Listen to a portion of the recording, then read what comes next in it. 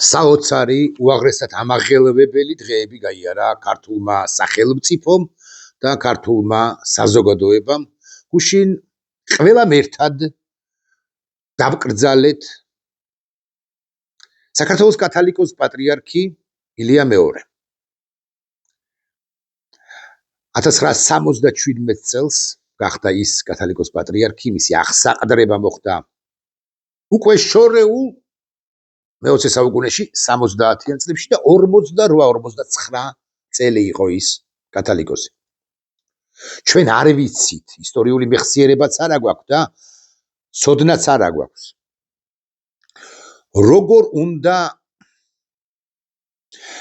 წარმოვთქვამდი სიტყვას ვიცხოვროთ მეთქი, მაგრამ ალბათ მაინც გადაჭარბებულია. როგორ უნდა ვიმოქმედოთ უფრო იმ პირობებში, როდესაც იმის გათვალისწინებით, როდესაც არ გვყავს ჩვენ სულიერი მამაო, ასე რომ ვამბობთ. 49 წელი, 50 წელი ნახევარი საუკუნეა.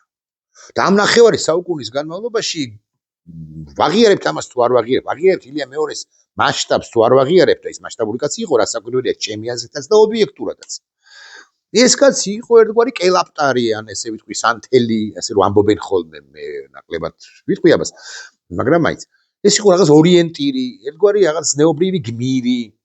სხვაშორის ბევრი ჩავარდით 90-იან წლების მის დასაწყისში მისი რეიტინგი პრაქტიკულად განულებული იყო.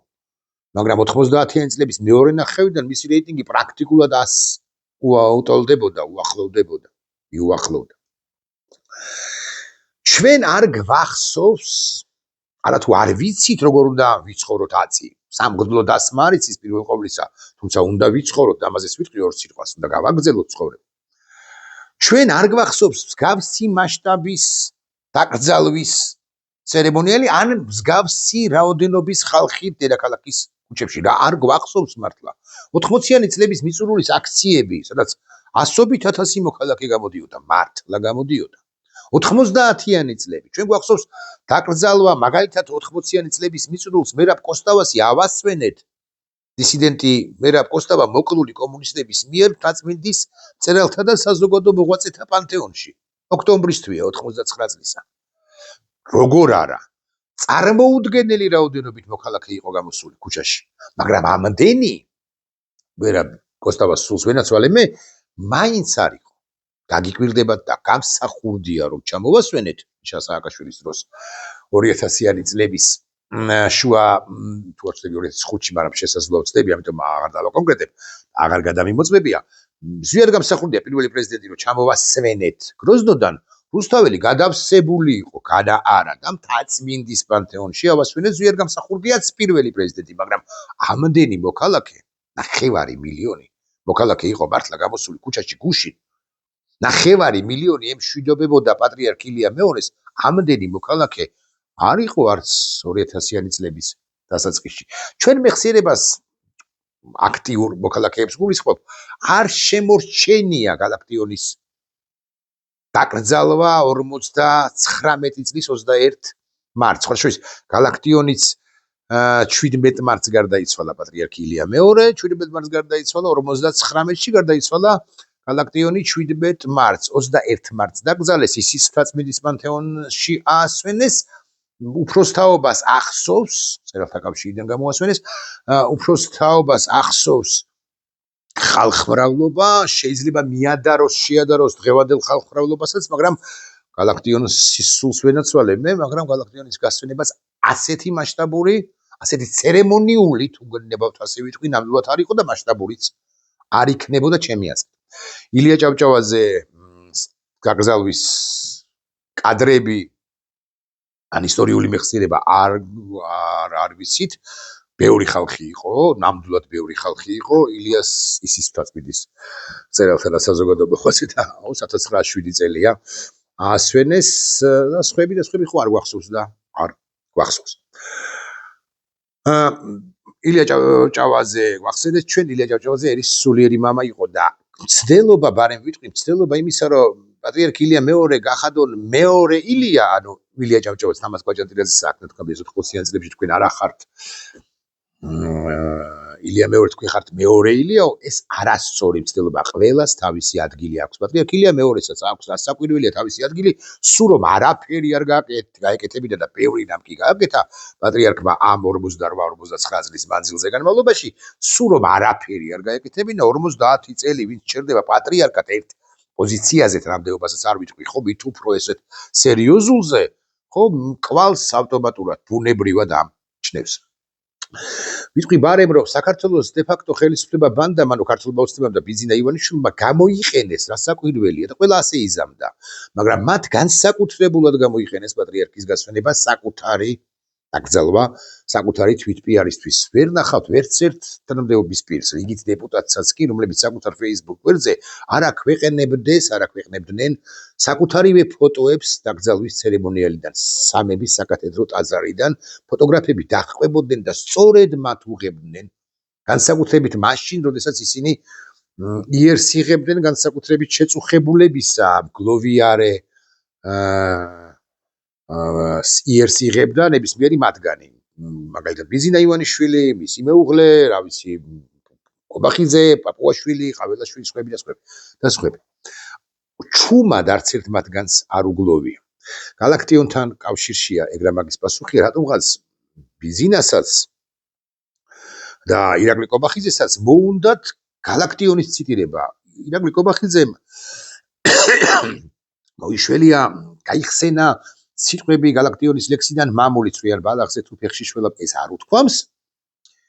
წინაპართაგან წავიდა ყველა სხვა ხალხის ისმის აქ ჟრიამულიო, ვინ ხალხის ისმის ჟრიამული და სად აქ ისმის ჟრიამული, ანუ წინაპარი იყო მაინცო პატრიარქი ილია მეორეო წავიდაო და მანამდე თქვა რომ მოხუცი მამა არას სასხლავით ხელში დადის ვენახში, არასოდეს ირაკლი კობახიძეს არათუ გალაქტიონი, არამედ არავინ საერთოდ არც ერთი პოეტი არ მოუშველები, არ დაყრდნობი, არ გაუხსენებია და აი გუშინ რატომღაც ამ პოეტიკის ხასიათზე იყო.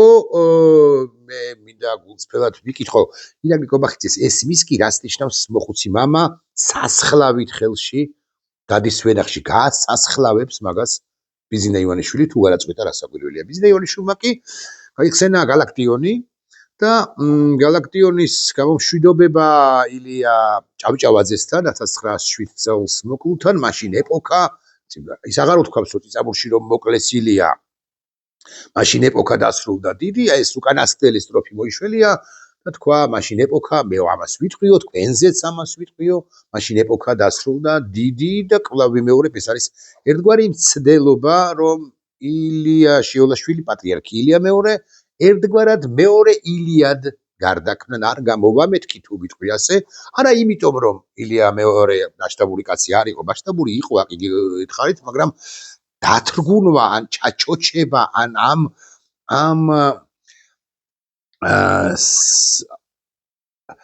სამეფო ტახტზე ბჭყალებში რასაკვირველია, ამ ტახტრევანზე, ამ მასშტაბის ტახტრევანზე ნებისმიერი პირის აყვანა. რა ტახტრევან, რომელ ტახტრევანსაც იკავებს ილია ჭავჭავაძე საქართველოს ისტორიაში, ნებისმიერი პირის აყვანა, კვლავ ვიმეორებ, არის აინც არასწორი და ამაო მცდელობა იქნება. ილია ჭავჭავაძე ვერ ჩამოვარდება მეორე ადგილას, ან ვერ გაიყოფს ტახტრევანს ვერავისთან, პატივისცემის მიუხედავად ყველას მიმართ. ის არის საქართველოს უგვირგვინო მეფე და უგვირგვინო მეფე სხვა ვერ იქნება. შეიძლება იყოს ძალიან მასშტაბურესი ადამიანი, მაგრამ უგვირგვინო მეფე ვერ იქნება. ცხოვრება გრძელდება ამასობაში, ცხოვრება გრძელდება კათალიკოს პატრიარქის ილია მეორის გარდაცვალებისა და დაკრძალვის შემდეგაც, მიუხედავად იმისა, რომ ჩვენ პირველ ყოვლისა კი ეკლესიამ არ იცის როგორ უნდა გააგრძელოს ცხოვრება, ის ცხოვრება მაინც გრძელდება და ვალდებულია უკლებლი ყველა ჩვენგანი, რომ ვისწავლოთ პატრიარქ ილია მეორის გარეშე საქართველოში ცხოვრება, გავაგრძელოთ ცხოვრება და ახალ მიღწევებსაც შევეთამაშოთ, ახალი მიღწევებიც გქონდეს. ამგვარი კითხვა, უნდა გამოვიდეს თუ არა ახალი პატრიარქი, როცა აირჩევენ მას და ამაზეც ვილაპარაკებთ, ილია მეორეს ჩრდილიდან უნდა ადგეს თუ არა საქართველოს მთლიანად და კონკრეტულად სამღვდლო დასს, სამღვდლო კრებულს, სინოდს, ეკლესიას პატრიარქ ილია მეორის საჩრდილი გაუჭირდება მეთქი თუ ვიტყვი არ გადავაჭარბებ იმიტომ რომ მასშტაბური კაცი იყო ილია მეორე და მანამ 49 წლის მანძილზე მართლაც ბევრი რამ გააკეთა მაგრამ ეს არ ნიშნავს იმას რომ ნებისმიერი სხვა ახალი პატრიარქი არ უნდა ეცადოს საკუთარი ხაზის გატარებას შესაძლოა მაღალი და თქვენია მაგრამ საკუთარი თავის დამკვიდრებას რამდენი წელიც არ უნდა ხანგება მიცის რამდენი წელიც არ უნდა იყოს ახალგაზრდა თუ შედარებით ჭარბაგი ახალი პატრიარქის ტახტზე მან იმ წლებში უნდა მოასწროს იმ რაოდენობის წლებში თავიდანვე უნდა მოასწროს და დაიწყოს ფიქრი იმაზე რომ უკეთესი იყოს უკეთესი და გამაგრძელებელი იმ კარგი საქმეებისა რომლებიც ილია მეორეს ჰქონდა და გამომსწორებელი იმ საქმეებისა რომლებიც ილია მეორის დროს განსაკუთრებით 2017 წლიდან უბრალოდ საქართველოში უბრალოდ ვერ გაკეთდა ვერ შედგა ვერ განხორციელდა რატომ 2017 წლიდან გუშინ სამების საკათედრო ტაძარში ჩრდილში ერთ-ერთ კედელთან იდგა არა მხოლოდ რუსეთის ოფიციალური დელეგაცია საპატრიარქოსი ბანდიტი კირილ გუნძიაევისა და კულტურის ყოფილი მინისტრია თუ არ ვწდები რაგვარია ის კაცი აღარ მახსოვს რაგვარიც არის პუტინის მიერ წარმოგზავნილი რომელმაც ეგრამაგის პასუხია და შიოს ჩამოუტანა წერილი პუტინისა თითქოს საჯაროდ ამ წერილის გამოქვეყნება არ შეეძლო რუსეთის შლეგ ლიდერს სამძიმრის წერილი მაგრამ ასევე იდგა კაცი 2017 წელს საქართველოში ჩამოსული და შიო მუჯირის მოსაყდრეთ გარდამქმნელი ანუ პატრიარქისთვის იმის თქმელი რომ სწორედაც რომ შიო მუჯირი უნდა იყოს მოსაყდრე ილარიონ ალფეევი ეგრამაგის პასუხია კაცი რომელიც მერე და მერე უკვე 2-3 წლის წინ პედოფილიაში ამხილეს როცა ის მსახურებდა უნგრეთში იმ ქვეყანაში რომელიც პუტინის მთავარი მოკავშირეა შუაგულ ან ევროპის აღმოსავლეთ ფლანგზე თუ გნებავთ ვიტყვი ასე ეს ილარიონ ალფეევი იდგა კედელთან და აკვირდებოდა ალივერებდა უკაცრავად ჟარგონისთვის სიტუაციას და უთუოდ იწერდა სადმე დავთარში რომ აი ბართლომეუს ხოში ძალიან კარგად მოიქცა საქართველოს სამღვდლო დასი სინოდი კონკრეტულად შიო ყოველთვის ხო არ გააკრიტიკებ რომ ასეთი პატივით მიიღეს მსოფლიო პატრიარქი და წესისაგების ცერემონიაში მიაღებინეს მონაწილეობა და სიტყვა ათქმევინეს და იმანაც თქვა ძალიან მასშტაბური სიტყვა თავის მეგობარზეც ასე ვიტყვი პატრიარქ ილია მეორეზე მაგრამ ილარიონ ალფეევი კი აკვირდებოდა გამადიდებული შუშით და იწერდა უთუოდ ან იმახსოვრება თუ გნებავთ ასე ვიტყვი რა უნდა ეთქვა ბანდიტი კირილ გუნძიაევისთვის რომლის კარზე დაწინაურებასაც დაბრუნებასაც ახლო წრეში დაბრუნებასაც ის რასაკვირველია ლამობს მას რასაკვირველი ამის სურვილი აქვს როგორც ძველი გაგებეშნიკი 2017 წლიდან დასუსტდა პატრიარქი ფიზიკურად ილია მეორე და 2017 წლიდან კიდევ უფრო შემოვიდა რუსეთი ჩვენს სინამდვილეში ჩვენს ეკლესიაში და ახლაც რუსეთს რასაკვირველი აქვს დაბოღმილ რუსეთს რასაკვირველი აქვს ერთგვარი რევანშის აღების სურვილი ის რომ პატრიარქ ბართლომეუს მისცეს სიტყვა და ასეთი პატივი სხვა წითელი ხალიჩითაც ესეც ძალიან მნიშვნელოვანი დეტალია წითელი ხალიჩა დაუფინეს მას ვიდრე გამოსასვლელამდე თვითმფრინავის ბორტიდან ესეც ძალიან მნიშვნელოვანია ესეთი პატივით მიიღეს ესეც სწორად მიიღეს მე დარწმუნებული ვარ უკვე დაკრძალვის შემდეგ ტრაპეზიც ხო იქნებოდა და იქაც რასაკვირველია პირველ თქმელი ან პირველ სიტყვის თქმელი და მთავარი ფიგურად იქნებოდა სწორედაც მსოფლიო პატრიარქი ეს რუსეთს დამატებით აბოღმებს ასე ვიტყვი და მას რევანშისთვის ამზადებს როგორი უნდა იყოს ახალი პატრიარქი მე გეტყვით რომ ის უნდა გავბედავდა ვიტყვი ის უნდა იყოს თამამი მან რასაკვირველია ბევრი კარგი რაც გააკეთა პატრიარქმა ილია მეორემ უნდა აიღოს საფუძვლად მაგრამ პატრიარქ ილია მეორემ ყველაფერი ვერ მოასწრო და რაღაცა ყველაფერი ვერ მოასწრო ამ ადამიანმა უნდა გამოჩორკნოს უშუალოდ მისი ვინც იქნება შიო იქნება არ მინდა რომ შიო იყოს მაგრამ შიო იქნება ან ნებისმიერი სხვა უნდა გამოჩორკნოს საკუთარი თავი საქართველოს ეკლესიის ისტორიაში გააგრძელოს პატრიარქ ილია მეორის დაწყებული რეფორმები გამოასწოროს ის საქმეები რომლებიც დაშავდა პატრიარქ ილია მეორის პატრიარქობის დროს განსაკუთრებით 2017 წლიდან უნდა განეშოროს როგორღაც ძალიან ძნელი ამოცანაა რთული ამოცანაა ხელისუფლებას მაქსიმალურად მიუხედავად იმისა რომ ხელისუფლება რასაკვირველია თავის ხელის ფათურს ეცდება საპატრიარქოში ახლა უკვე იმიტომ რომ პატრიარქ ილია მეორე თუნდაც დაუსრულებული აღარ არის ცოცხალი და ახლა გაუადვილდება ბიძინა ივანიშვილის ინტერვენცია ეკლესიაში საპატრიარქოში მაგრამ პიროვნული თვისებები პრინციპულად მნიშვნელოვანია ახალი მომავალი პატრიარქისა, რომელიც აირჩევა როცა იქნება მაშინ 40-50-60 დღეში არც კი. ხო 40 დღეში დაახლოებით და პიროვნული თვისებები აღაი მნიშვნელოვანია, ის უნდა იდგეს კლდესავით და გამოასწოროს პატრიარქ ილია მეორეს მიერ დაშვებული შეცდომები დანაშაულებს არ ვიტყვი შეგდებულად. განეშოროს ხელისუფლებას, უნდა უთხრას რომ შენ კი მაძლევი რამდენ თანხასაც აძლევს 25 მილიონს თუ არ წევს შესაძლოა ხელისუფლება ყოველწლიურად, მაგრამ მე ეს მეკუთვნის იმიტომ, თუმცა გავანსაზღვროთ როდემდე მეკუთვნის, ეგ რა მაგის პასუხია, კიდევ 100 წელი პირობითად უნდა გადაიხადოს საქართველოს ხელისუფლებამ ნებისმიერმა მომავალში 100 წელი ბევრი ალბათ, მაგრამ ისე ვამბობ, რომ დავთვალოთ და ვიყო აღვადგინოთ სამართლიანობა ამ თვალსაზრისითაც. ის უნდა იყოს რაღაც რეფორმატორი, ინოვატორი და ასე შემდეგ. აი კირიონი, წმინდანია ის კირიონ საძაგლიშვილი. ის პატრიარქი გახდა 900 წლების შუა პერიოდის იქით, თუ 1918 წელს საერთოდ ავტოკეფალია აღადგინა, 17 წელს გახდა და 18 წელს აღადგინა, ის მალე მოკლეს ის მარტყოფში.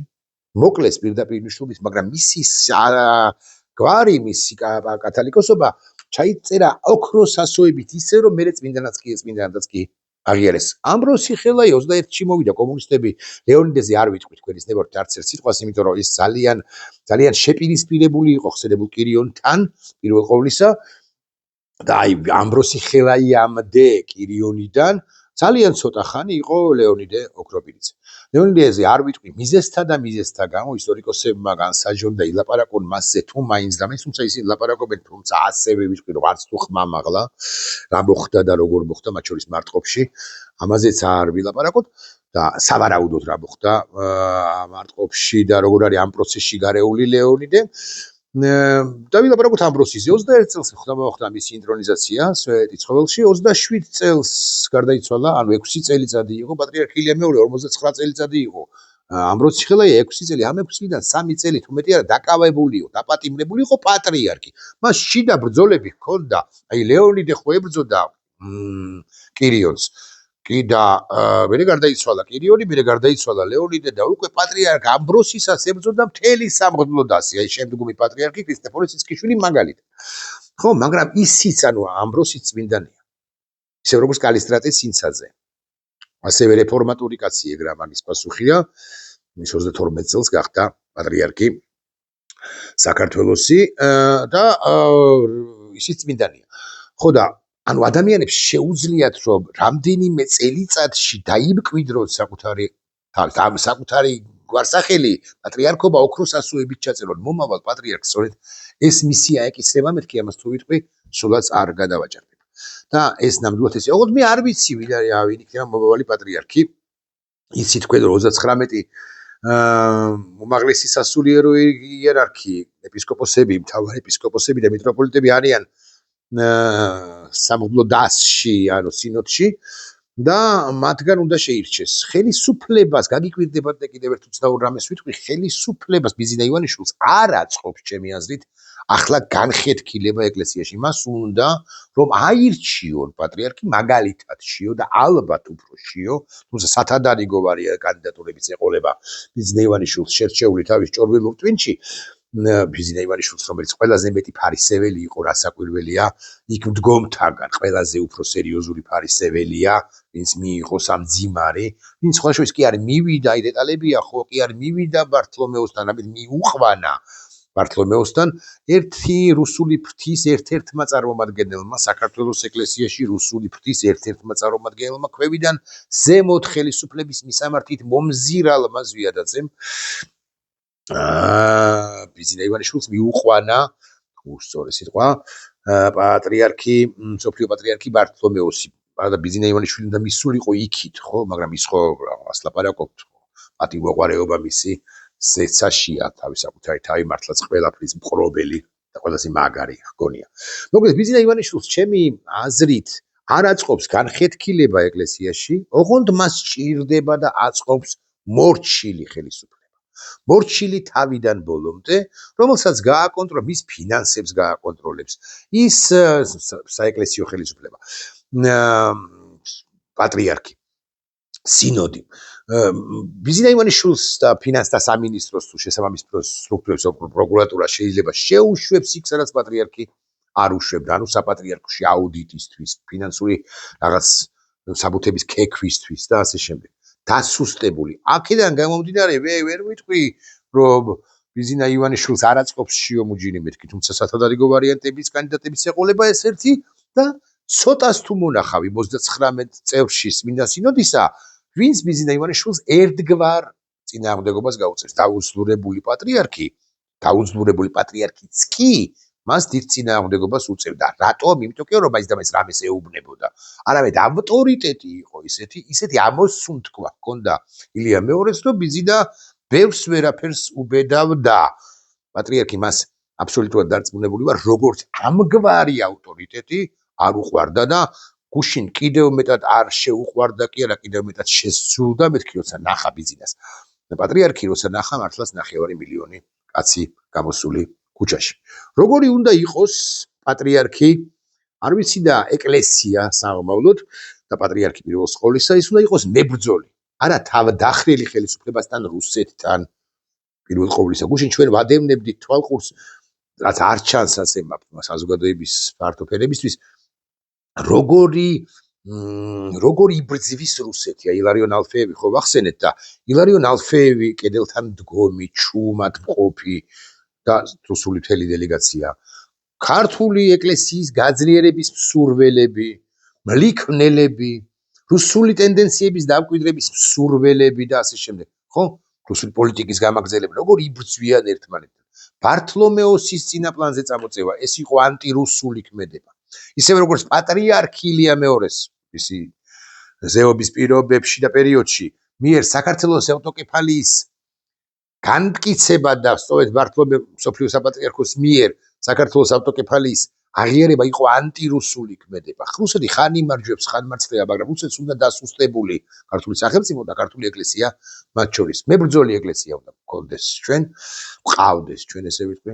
სამშობლოსათვის და პირველ ყოვლისა რასაკვირველია ქრისტესათვის, მაგრამ ასევე სამშობლოსათვის დღეს ამბობენ ასე და მეც მიჩვევს, რომ ეკლესია არ უნდა ერეოდეს ქვეყნის საქმეებში, საერო ხელისუფლების საქმეებში. სწორი ბრძანება და არც საერო ხელისუფლება არ უნდა ერეოდეს ეკლესიის საქმეებში. ესეც სწორი ბრძანება, მაგრამ არ გამოვდის ეს ბოლომდე მით უფრო ასეთ არაორდინალურ ვითარებაში, როდესაც შენ მართლა გებრძვის, ყველა მიმართულებით გებრძვის რუსეთი, როგორც იმპერია, მათ შორის ეკლესიის დასუსტებასაც ცდილობს და რუსეთს უნდა საქართველოს მოხელთება, მოიღლიავება საბოლოოდ. ამიტომ სამღვდლო კრებულს პატრიარქს მომავალს, ისე როგორც წინა პატრიარქს, გადამწყვეტი ძალიან მნიშვნელოვანი ყოველ შემთხვევაში სიტყვა აქვს ამ პროცესში, იმიტომ რომ მით უფრო იმის გათვალისწინებით, რომ რეიტინგი პატრიარქ ილია მეორისა მაღალი იყო და ეკლესიისაც გარკვეული პერიოდის განმავლობაში მომავალი პატრიარქისა ან ზოგადად ეკლესიისა საკმაოდ მაღალი იქნება, რომ ვიცოდეთ მაინც. და საერო სიტყვა ქვეყნისთვის მნიშვნელოვანი, არა მარტო ქრისტესთვის მნიშვნელოვანი, არამედ ქვეყნისთვის მნიშვნელოვანი სიტყვაც უნდა თქვას მომავალმა პატრიარქმა ყველა კონკრეტულ საკითხთან დაკავშირებით. მან უნდა გააგრძელოს რეფორმები პატრიარქ ილია მეორისა, განსაკუთრებით 2017 წლამდე ჩატარებული რეფორმები, ახალი ინიციატივები, ახალი წინადადებები უნდა ჰქონდეს. ნებისმიერი მიმართულებით პატრიარქ ილია მეორე ერთი უნიჭიერესი კაცი იყო, მეორე უგანათლებულესი კაცი იყო, მესამე უფართო ხედვების მქონე კაცი იყო, ძალზე ფართო ხედვებისა და ყველა მიმართულებით შესაძლოა სხვა შორის კანონიკას, დოგმატიკა კანონიკას ერთგვარად შემოარღვევდა ხოლმე გარკვეულ შემთხვევებში თუ არქიტექტურაში და თუ არ ვიცი საკუთარ საგოლობლებს როქმნიდა მაშინ, მაგრამ შესაძლებელია ნამდვილად, მაგრამ მაინც აი რაღაც ნოვატორი კაცი იყო და ამკვიდრებდა და ამკვიდრებდა. ეხლა მე არ თხოვ ეხლა მაინც და მაინც ფორტეპიანოსთან მისვლას რომელიმე ახალ პატრიარქს ან რაღაც ფუნჯის დაჭერას ხელში, მაგრამ ახალი ინიციატივები კარგია და სამშობლოსათვის უნდა იყოს ახალი პატრიარქი მეთქი და კიდევ ერთი დეტალი. საქართველოს არავინ აღარ დაარქმევს საქართველოს ეკლესიას საეგზარხოსოს პირდაპირ მნიშვნელობით. მაგრამ არ უნდა იყოს დამატება, არ უნდა იყოს საეგზარხოსო საქართველოს საპატრიარქო. ეს არ არის სიოლი მისაღწევი იმ პირობებში, როდესაც რუსეთი გიტევს, მაგრამ იოლი მისაღწევია თუ შენ კლდესავით გახარ. პატრიარქ ილია მეორე ხშირად იდგა კლდეს მიუხედავად იმისა, რომ ბევრ კომპრომისზეც მიდიოდა, ვიყრი ასე, სწორედაც რომ და სამწუხაროდ არ მესმოდა და ვერც ვერასულის პირ გავამართლებდა, ვერ გავიგებ რა, მე კი თქვი რომ პატრიარქ ილია მეორეს კითხვები არ მაქვს მეთქი და აღარ მაქვს კითხვები, გარდაიცვალა კაცი და დავამთავროთ მასზე ლაპარაკი, მაგრამ პატრიარქ ილია მეორე მიდიოდა გარკვეულ კომპრომისებზე. აი კომპრომისებზე სიარული აღარ ეკპატიება უკვე სხვას. ილიას ეპატიებოდა, სხვას აღარ ეპატიება, თუ ვიტყვი ასე. ესეც სწორი ბრძანება იქნება. მებრძოლი ეკლესიაში გვჭირდება. ჩვენ ახლა ვინ იქნება პატრიარქი ამაზე სწორი სიტყვა, არ ვიცით. შიოს გვინდა არ გვინდა ვაღიარებთ თუ არ ვაღიარებთ ის რაღაც ნახევარი ნაბიჯით არც კი დაწინაურებულია, რამდენადაც სწორედაც რომ მოსაყდრეთ არის აღიარებული აცნობი პატრიარქ ილია მეორის მიერ და უკვე შემდგომ ახლა მართავს ეკლესიას უჭირს კია რასაკვირველია გაუჭირდებოდა ნებისმიერს გაუჭირდებოდა ვთქვათ ასე ნახევარი ნაბიჯით 25 სანტიმეტრით ის წინ წაწეულია მაგრამ თქმა იმისა რომ შიო უცილებლად იქნება პატრიარქი მომავალი ძნელია და მე ვიტყვი რომ კარგი იქნება თუ შიო არ იქნება და იქნება სხვა ვინმე ვინ ვერ გეტყვით იმიტომ რომ სახელდება კანდიდატები თუ ვიტყვი რომ არც ერთი მათგანი არ არის უღირსეულესი მეთქი ხო ესე სწორი ბრძანება იქნება მაგრამ შიო რო არ უნდა იყოს ეს კარგად მესმის ეს არ ნიშნავს იმას რომ სინოდი თუ აირჩევს შიოს მე არ ვაღიარებ მას პატრიარქად მაგრამ ეს იმის მიმანიშნებელი უნდა იყოს რომ ჩვენ თუ ვაღიარებთ შიოს პატრიარქად არჩევის შემთხვევაში ხელისუფლებამაც უნდა აღიაროს პატრიარქად ნებისმიერი სხვა თუ ის სხვა იქნება არჩეული პატრიარქად აი გააკეთებს ამას ივანიშვილი ხო შეიძლება გააკეთოს კიდეც იმიტომ რომ მას არ სჭირდება ახლა განხეთქილება ეკლესიაში მას დამორჩილება სჭირდება ეკლესიისა შიოს პირობებში იოლად დაიმორჩილებს რუსეთი და ივანიშვილი ამ ეკლესიას სხვა თუ იქნება პატრიარქად არჩეული შესაძლოა უფრო ძნელად თუმცა მცდელობას არ დააკლებენ სულ ამის თქმა მინდოდა ნახვამდის